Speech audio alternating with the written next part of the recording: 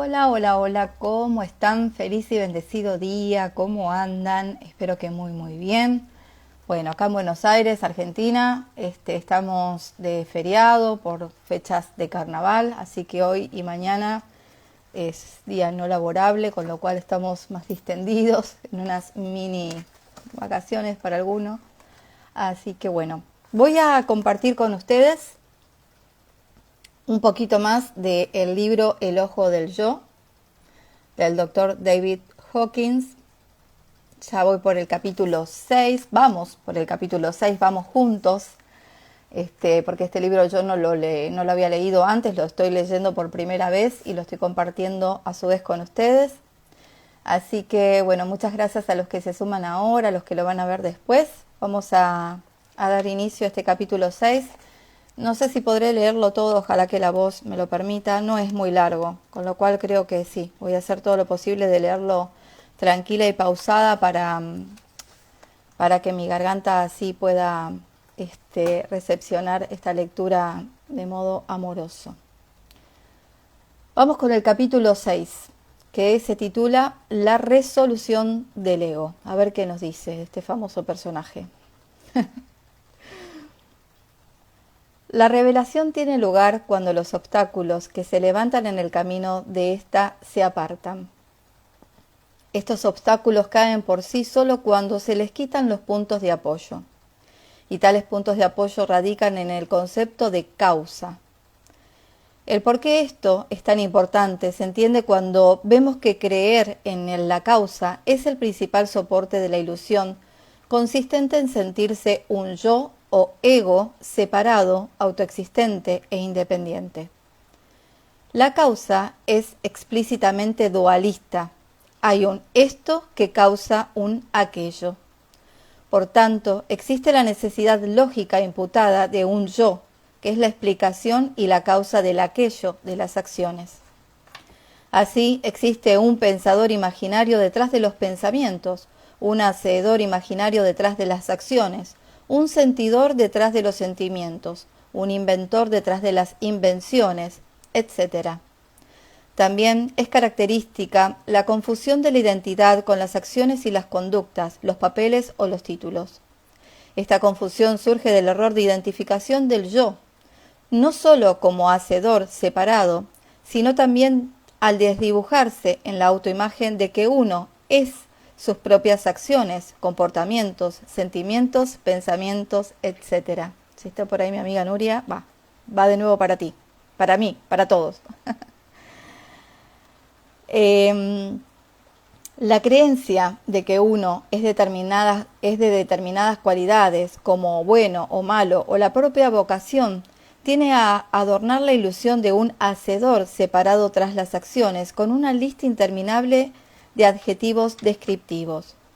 El yo se sumerge de modo irreconocible en un senegal interminable de autodefiniciones. Si las definiciones son buenas, uno se siente feliz. Si son malas, uno se siente deprimido o culpable. De hecho, todas las autodefiniciones son falsas, son falaces e igualmente descarriantes. Merece la pena reconocer que la ilusión de un yo o entidad separada crea una falsa identidad cuya tenacidad resuelta es difícil de vencer por diversas razones. Uno se enamora de este precioso yo, que termina por convertirse en una obsesión y en el foco subjetivo del lenguaje y pensamiento. El ego adquiere cierto glamour, como el héroe o la heroína del propio drama o la historia de la vida. En esto, el yo se convierte en el perpetrador, la víctima, la causa, el destinatario responsable de toda culpa y alabanza, y en el actor principal del melodrama de la vida. Esto también requiere una defensa del yo y de su supervivencia, que se convierte en algo de suma importancia. Aquí se incluye la necesidad de tener razón a toda costa. La creencia en la realidad del yo termina siendo equivalente a la supervivencia y a la continuidad de la existencia en sí. Por tanto, para trascender la identificación con el yo, hace falta desprenderse de todas las proposiciones mentales expuestas arriba.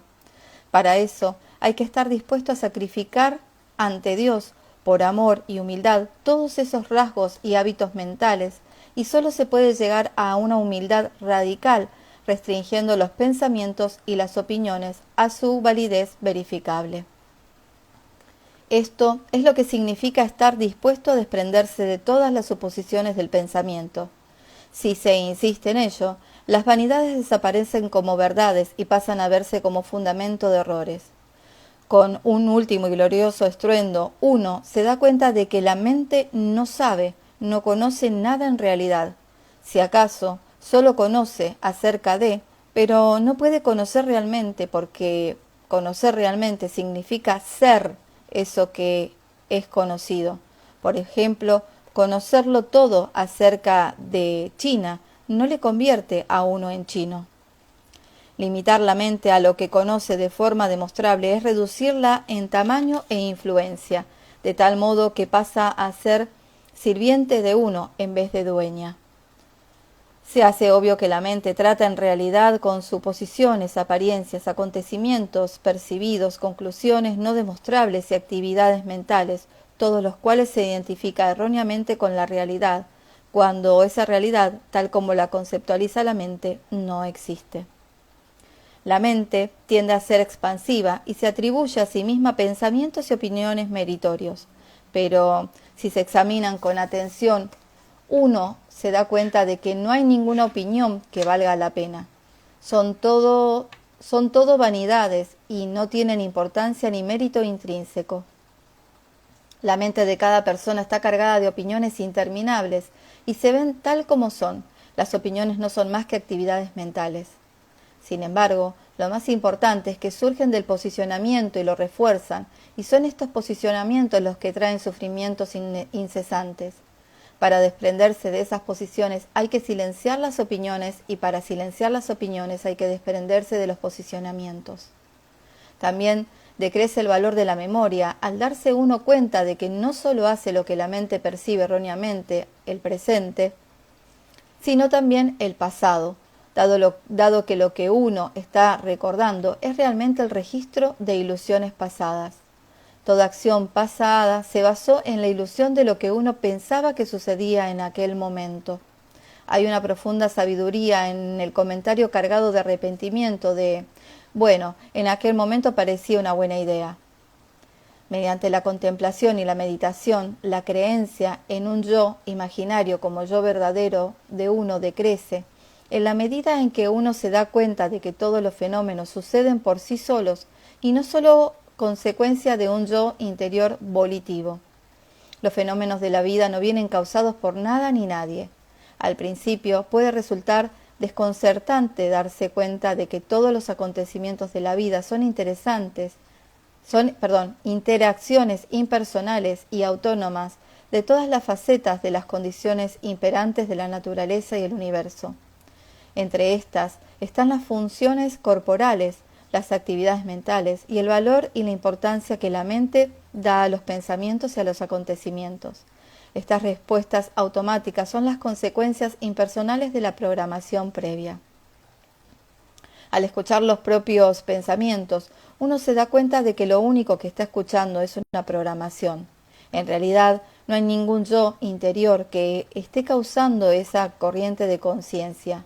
Y esto se puede descubrir mediante el simple ejercicio de exigir que la mente deje de pensar. Parece que la mente ignora completamente los deseos de uno y sigue haciendo lo que hace porque no actúa en función de una decisión voluntaria. Con frecuencia, de hecho, hace exactamente todo lo contrario a lo que uno desea. Un aspecto básico de la continuidad del ego y de su capacidad para dominar es el de afirmar la autoría de toda experiencia subjetiva. El yo pienso o yo creo es sumamente rápido interponiéndose como una causa supuesta de todos los aspectos de la vida de uno. Esto es difícil de detectar, salvo mediante una concentración intensa de la atención durante la meditación sobre el origen de la corriente de pensamiento. El lapso de tiempo que transcurre entre una ocurrencia sentida internamente y la reivindicación del ego de su autoría es alrededor de 1 a la 10.000 de segundos. ¿cómo se diría? De alrededor de 1/10.000 A de segundos. Bueno, no sé cómo se diría. Interprétenlo. En el momento que se descubre este intervalo, el ego pierde su dominio. Se hace obvio que uno no es más que un testigo de los fenómenos y no la causa de ellos o el que los realiza. Entonces el yo se convierte en lo que es observado, más que identificarse con él como el que observa o experimenta. Es interesante esta capacidad y esta función de rastreo. El ego se interpone ciertamente entre la realidad y la mente. Su función es como la de un monitor de grabación de un equipo de alta fidelidad.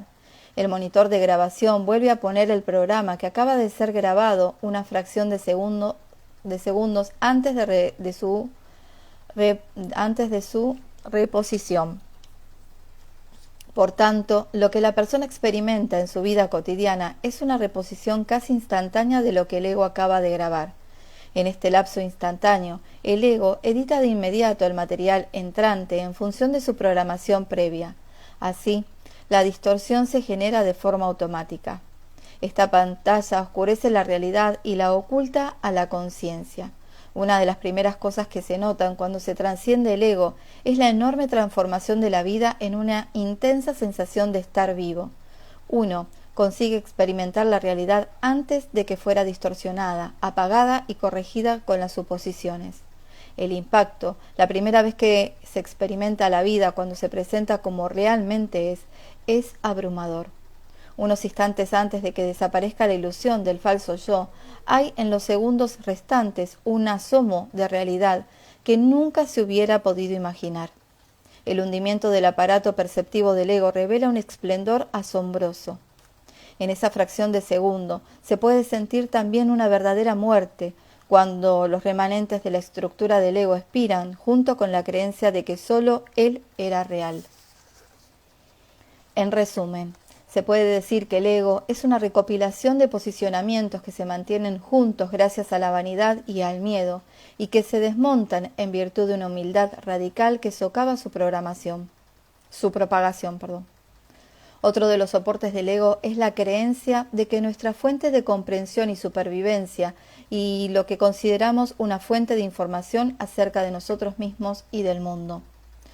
Lo que vemos como nuestro interfaz con el mundo, mecanismo que al igual que una pantalla de televisor, nos trae al mundo y sus significados y tememos sentirnos perdidos sin él.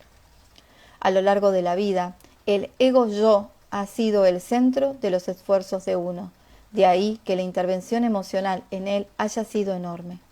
El ego es tanto la fuente como el objetivo del esfuerzo, y está fuertemente imbuido de sentimentalismo, así como de toda una gama de sentimientos, fracasos, logros y pérdidas, victorias y tragedias. Uno se obsesiona y se enamora de esta entidad, de sus papeles y de sus vicisitudes. La inversión en este yo ha sido tan grande que le hace parecer demasiado valioso como para soltarlo. Nos anclamos a él por tantos años de íntima familiaridad, tantas esperanzas, tantas expectativas y tantos sueños. Uno se aferra a este yo que se cree que es crucial para experimentar la vida en sí. Además de la enorme inversión de toda una vida en la que creemos es nuestro yo, también aparece el espectro de la muerte en el horizonte del futuro. La espantosa idea de que este yo está destinado a llegar a su fin resulta estremecedora. La perspectiva de la muerte como fin del yo parece injusta, extravagante, irreal y trágica. Hace que uno se sienta disgustado y asustado. Toda la pompa de emociones que se han vivido como consecuencia de estar vivo tiene que ser puesta en juego de nuevo, pero esta vez acerca de la muerte en sí. La renuncia del ego como foco central de uno supone el abandono de todas estas capas de apegos y vanidades, y con el tiempo uno se enfrenta con la función primaria del ego, la de un control que asegure la continuidad y la supervivencia. De ahí que el ego se aferre a todas sus facultades, porque su objetivo básico para asegurar su supervivencia es la razón que hay tras su obsesión por las ganancias, el aprendizaje, las alianzas, la acumulación de posesiones, datos y habilidades. El ego dispone de innumerables artimañas para posibilitar su supervivencia, unas vastas, otras obvias, otras sutiles y ocultas. Para la persona media, todo lo dicho anteriormente resulta abrumador, además de una mala noticia. Sin embargo, para aquellos que se encuentran en un avanzado estado espiritual se trata de una buena noticia. De hecho, el ego-yo no tiene por qué morir en modo alguno, la vida no llega a su fin, la existencia no cesa y ningún destino horrible ni trágico espera en modo alguno al término de la vida. Al igual que el ego en sí, toda esta historia es imaginaria. Uno ni siquiera tiene que destruir el ego ni trabajar con él. Lo único que hay que hacer es conseguir, lo único que hay que conseguir es dejar de identificarse con el ego como verdadero yo de uno. Renunciando a esta identificación, uno sigue caminando y hablando, comiendo, riendo, y la única diferencia es que al igual que el cuerpo, el yo se convierte en eso, en vez de un yo en esto. Todo lo que se necesita, así pues, es abandonar la propiedad, la autoría y el espejismo de ese yo inventado o creado y darse cuenta de que no es más que un error. Es obvio que se trata de un error natural e inevitable, pues todos lo hacen, y solo unos pocos descubren el error y están dispuestos o son capaces de corregirlo. La probabilidad de corregir este error de identificación es una transformación que ciertamente no se puede hacer sin la ayuda de Dios.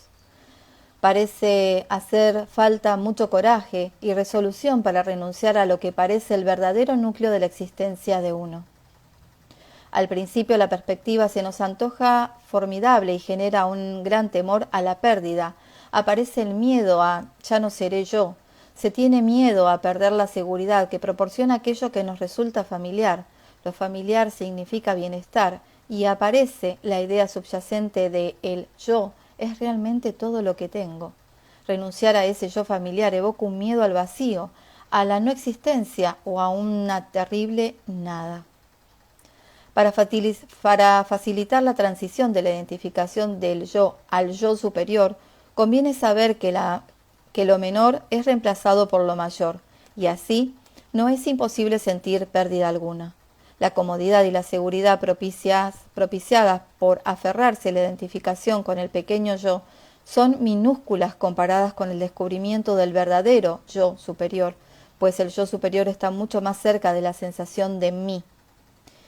El yo superior es como mí en lugar de solo mí en minúsculas. El pequeño yo tenía todo tipo de defectos, miedos y sufrimientos, y el yo real está más allá de todo eso. El pequeño yo tenía que llevar la carga del miedo a la muerte, mientras que el yo real es inmortal y está más allá del tiempo y del espacio. Con la transición, la gratificación es completa y total.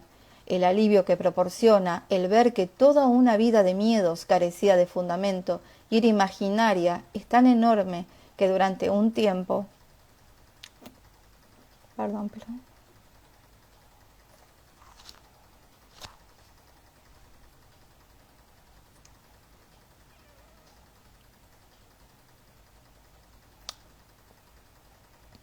Es que se vivieron 44 años desde el miedo, entonces esta parte me...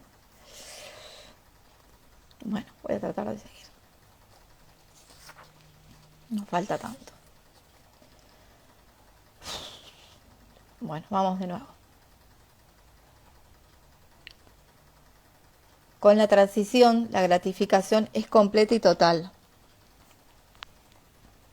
El alivio que proporciona el ver que toda una vida de miedos carecía de fundamento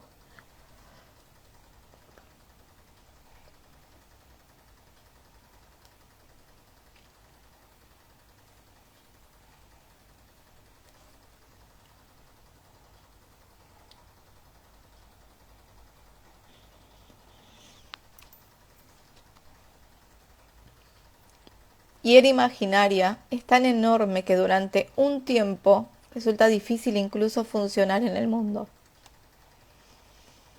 Con el indulto de la sentencia de muerte, el maravilloso don de la vida surge ahora con todo su esplendor, sin los nubarrones de la ansiedad ni de la presión del tiempo. Con el cese del tiempo se abren las puertas a una eternidad gozosa. El amor de Dios se convierte en realidad de la presencia. El conocimiento de la verdad de toda vida y existencia se eleva con una imponente autorrevelación. La maravilla de Dios es tan omnipresente y tan enorme que sobrepasa toda imaginación. Estar al fin en casa, verdaderamente en casa, es algo profundo, completo y total. Así lo siento ahora.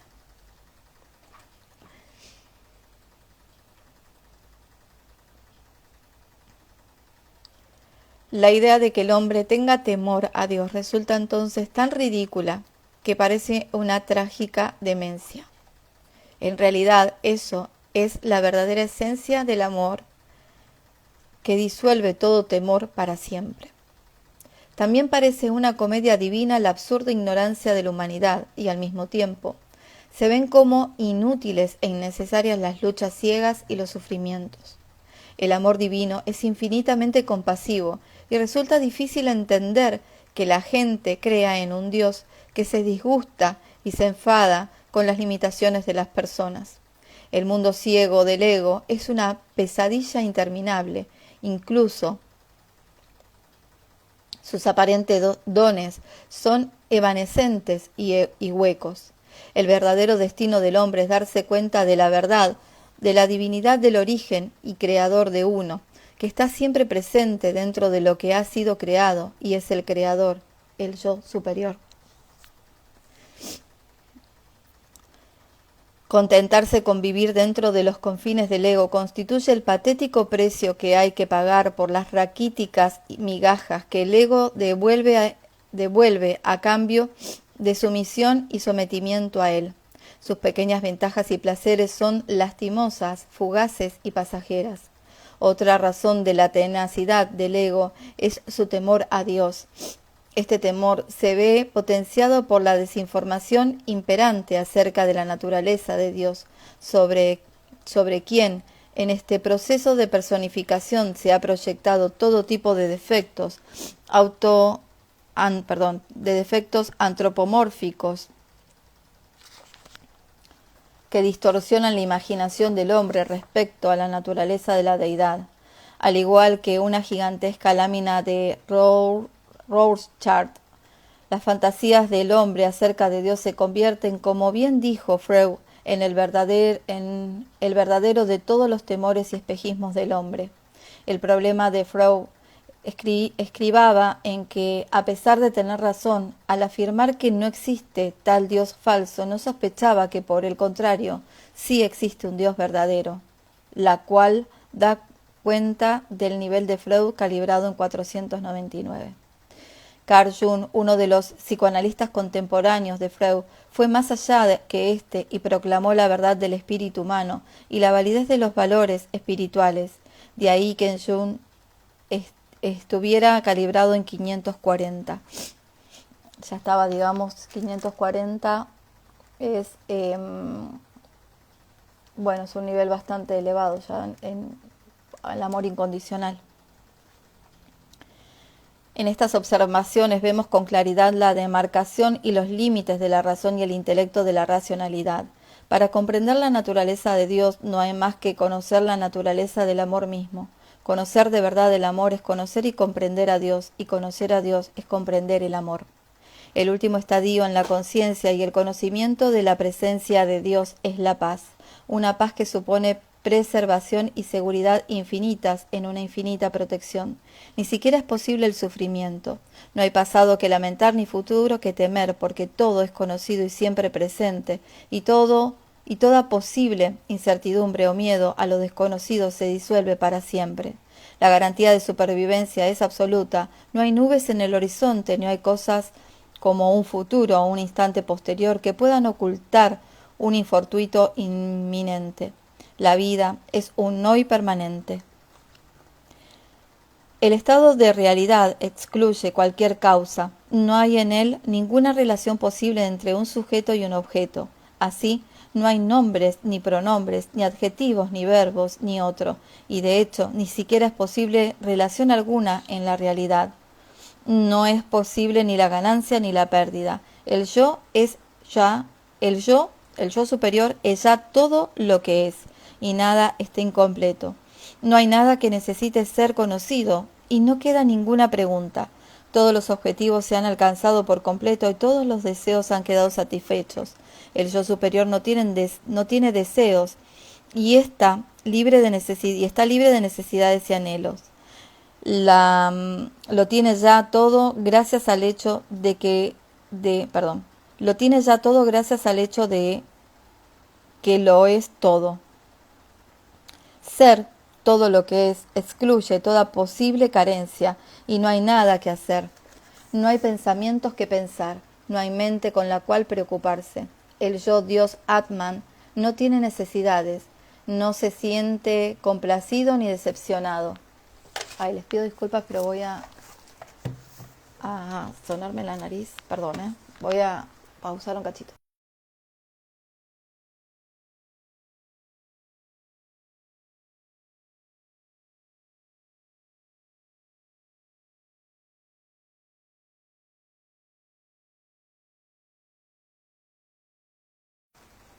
Bueno, ahora sí continúo mejor. La existencia del yo no supone esfuerzo alguno. Aquello que es la verdadera fuente de toda existencia es por siempre libre e incondicional. El resplandeciente poder de Dios es luminoso en sí mismo, a la luz de la conciencia, la cual no tiene necesidad de cuerpo, ni de materia o forma. Aquello que no tiene forma es el sustrato de la forma. El yo no es crítico, es imparcial, totalmente accesible, presente y aceptador. Rendir el yo ante el yo real es algo completamente seguro. El amor incondicional del yo real por el yo inferior es su garantía de misericordia. La emanación del yo real al yo inferior es competencia del Espíritu Santo, que es el vínculo entre el espíritu y el ego. A través de la oración pedimos permitirnos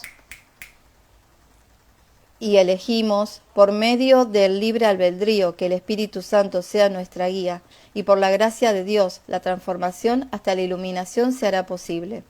Se dice que la resolución del ego se ve dificultada por su resistencia al cambio.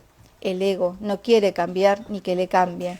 A pesar de sus sufrimientos, sus miedos y sus lamentables desdichas, se aferra a tener razón a toda costa y acuna y aguarda celosamente sus queridas creencias. De hecho, no es un enemigo al que haya que vencer, sino un paciente que necesita cura. En realidad, el ego está enfermo y sufre delirios que son intrínsecos a su estructura. Para volver a la cordura solo hace falta estar dispuesto a ser humilde. La verdad se revela por sí misma. No es algo que haya que alcanzar o adquirir, sino que se irradia por voluntad propia.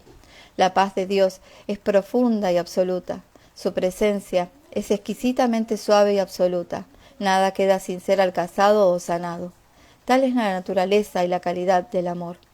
El yo real es el cumplimiento en la manifestación del Creador como existencia misma.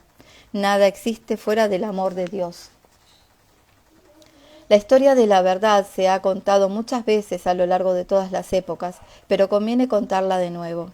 En el espacio vacío que se crea cuando el ego se da cuenta de que no sabe nada, el amor de Dios fluye repentinamente como una presa a la que se le hubiera abierto las compuertas. Es como si la divinidad hubiera estado esperando todos estos milenios para este momento cumbre. En un instante de sereno éxtasis, uno se encuentra al fin en casa. Lo real es tan abrumadoramente presente, tan obvio y totalmente presente, que resulta difícil pensar que fuera posible creer en cualquier otro tipo de realidad. Es como un extraño olvido, como la historia del dios hindú que quiso ser una vaca y después olvidó que lo había hecho y tuvo que ser rescatado por otro de los dioses. A veces, el ego se identifica erróneamente y de forma más específica con la personalidad. Piensa, yo soy tal y tal persona, y dice, bien, eso es lo que soy.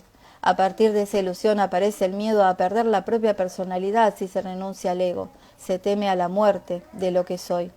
A través de la observación interna se puede ver que la personalidad es un sistema de respuestas aprendidas y que la persona no es el yo verdadero. El yo verdadero se halla por detrás y más allá de ella. Uno es el testigo de esa personalidad y no hay razón alguna para que uno tenga que identificarse con ella. Con la aparición del yo real como verdadero yo, la personalidad, después de cierta demora de ajuste, sigue interactuando con el mundo, que no parece percibir la diferencia. La personalidad persiste hasta convertirse en una especie de entretenimiento, frecuentemente cómico, y como el cuerpo se convierte en una especie de novedad.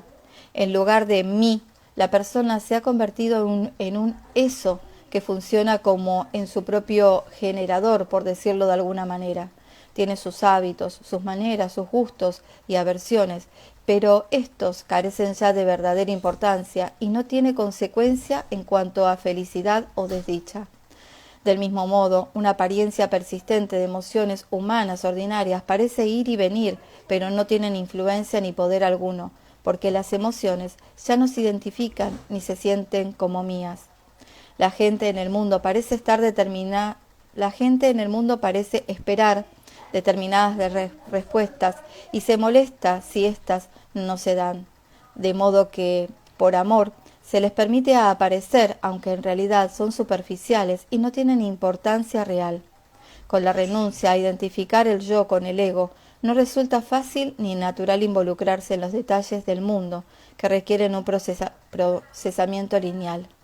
El enfoque parece hallarse ahora en la esencia más que en los detalles de forma, que requieren de una energía extra en su manejo. Esto se debe en parte al hecho de que las frecuencias electrocefálicas del cerebro que acompañan a los estados elevados de conciencia o la iluminación están constituidas por ondas Z de 4 a 7 ciclos por segundo. Estas son más elevadas que las ondas alfas de 8 a 13 ciclos por segundo, que tienen lugar durante la meditación. En cambio, la mente ordinaria, que es una experiencia del ego, se halla predominantemente en los más de 13 ciclos por segundo de las ondas beta. El mundo parece prestarle una atención desmesurada a lo irrelevante. Es necesario recordar que la gente considera todo esto como importante, significativo o incluso merecedor de dar la vida por ello. Por respeto a los sentimientos de los demás, resulta tranquilizadora cierta aproximación a las respuestas sociales, habituales, o de lo contrario, la gente puede sentirse rechazada o sentirse querida. Por ejemplo, las personas se sienten felices o tristes ante lo que perciben como una ganancia o una pérdida. En realidad, ni una cosa ni otra está teniendo lugar, pero es obvio que el individuo lo experimenta como algo real. Mientras tanto, la simpatía se ve reemplazada por la compasión y la conciencia, antes que por una emotividad acorde con la situación. Lo que las personas del mundo quieren en realidad es reconocer lo que son verdaderamente en un nivel supremo, ver que el mismo yo real irradia dentro de cada uno, sana sus sentimientos de separación y trae un sentimiento de paz. Traer la paz y la alegría a los demás es el don de la benevolencia de la presencia. Bueno, seres bonitos, hasta aquí la lección entonces, el capítulo número 6 de este libro, El ojo del yo, del doctor David Hawkins, que fue la resolución del ego.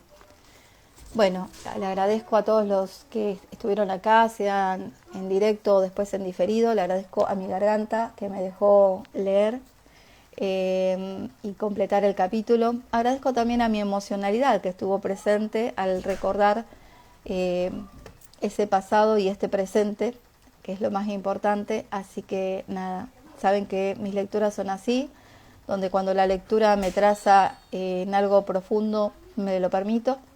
Y porque bueno, es parte de esto, ¿no? Parte de esto que estamos aprendiendo a ser humanos, porque espirituales ya somos, no tenemos que aprender a ser espirituales o a hacer cosas para ser más espirituales, no, espíritus ya somos. Lo único que tenemos es que aprender de esta experiencia humana y recordar justamente que somos eso, espíritu, amor. Y bueno, nada más. Gracias, gracias, gracias. Feliz y bendecido día. Chao, chao.